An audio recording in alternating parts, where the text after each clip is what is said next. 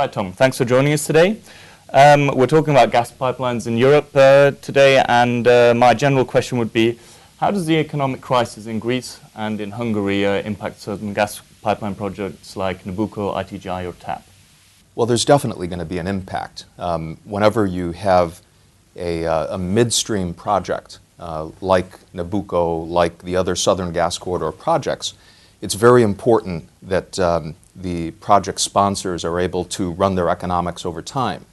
And ultimately, the driver behind those economics is the value the upstream players can derive from selling into the downstream market.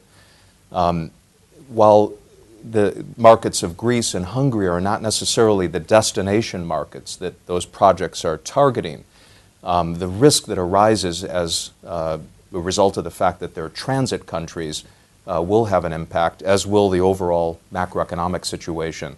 Having said that, these are long-term projects, 20, 30 years, and I think what we're looking at is what the economy looks like in 2020 rather than what it looks like today.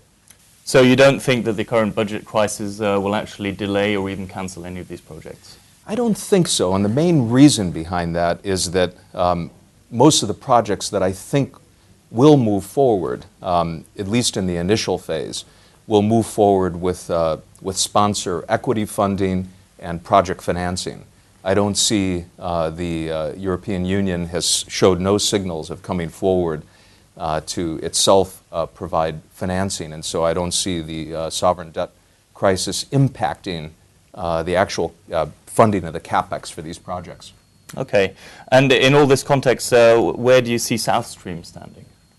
Well, it's very interesting. We just heard a fascinating presentation a few minutes ago in the conference in the morning session, and the position that was advocated there was that the tremendous premium which South Stream is going to pay, so in other words, the cost for bypassing the Ukraine, will have a significant erosion on Gazprom's netback values. On the other hand, if we look at South Stream and let's say the Southern Gas Corridor projects benchmarked against each other, what we look at is a collection of projects, because we have to understand that the Southern Gas Corridor is very different from South Stream. We're trying to connect disparate upstream sources to a particular market, the EU. But to do that, we need to go through many different countries. We have to deal with different stakeholders, and the sponsors, the people that will be funding each of those components, are different. And so aligning all those players from a timing standpoint to create the certainty and predictability required for the upstream to be able to derive its value also has a cost. And so in a way, we're looking at the relative costs of these projects against each other, which is rather interesting, especially when we look at that against the first question you asked on the macroeconomic situation. And if we briefly go back to Azerbaijan, does Azerbaijan actually have enough gas in the next decade or so to provide two major projects? We heard earlier today that White Stream would like to see itself as an addition to Nabucco, for instance. Is that feasible? Well, what we know right now is that we have 10 BCMA of Azeri gas that will be available at the Turkish-EU border about between 2018 and 2020. So we know that as a fact. Working backwards from there, we've had a recent announcement in the South Caspian with Total's Absheron discovery, which looks like it's coming in at multiple T's.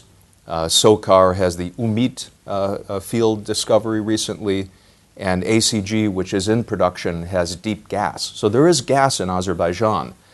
There's also gas, as we know, on the other side of the Caspian in Turkmenistan.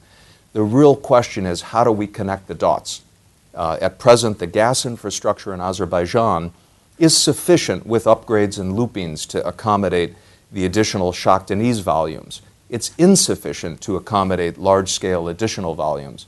So I think we have to look at the timing factor and the sequencing of projects in the Southern Gas Corridor rather than looking at it as one big bang delivery of a solution for Europe to diversify its supplies. And then my final question is, in the current round of applications to Shah Deniz, of ITGI, TAP, and Nabucco, do you have a favorite of who might come out of it? It's an unfair question given my own client affiliations, but What I can say is that, again, there's 10 BCM of gas that will be available. There are 3 projects right now, 2 of which are looking to offtake 10 BCM of gas, and a third project that's looking to offtake 10 BCM of gas but pay for it through a 31 BCMA pipeline. So there's a little bit of an asymmetry there in terms of the timing for Shah Deniz gas. But if we're looking at it from the Shah Deniz standpoint, I think it's important to take into consideration the sponsors, their execution capability, their credibility from a financing standpoint, and the degree of alignment they can bring to connect Shah Deniz gas to an SCP expansion looping to a Turkey expansion looping to the downstream project. All right. Thank you, Tom. Thank you.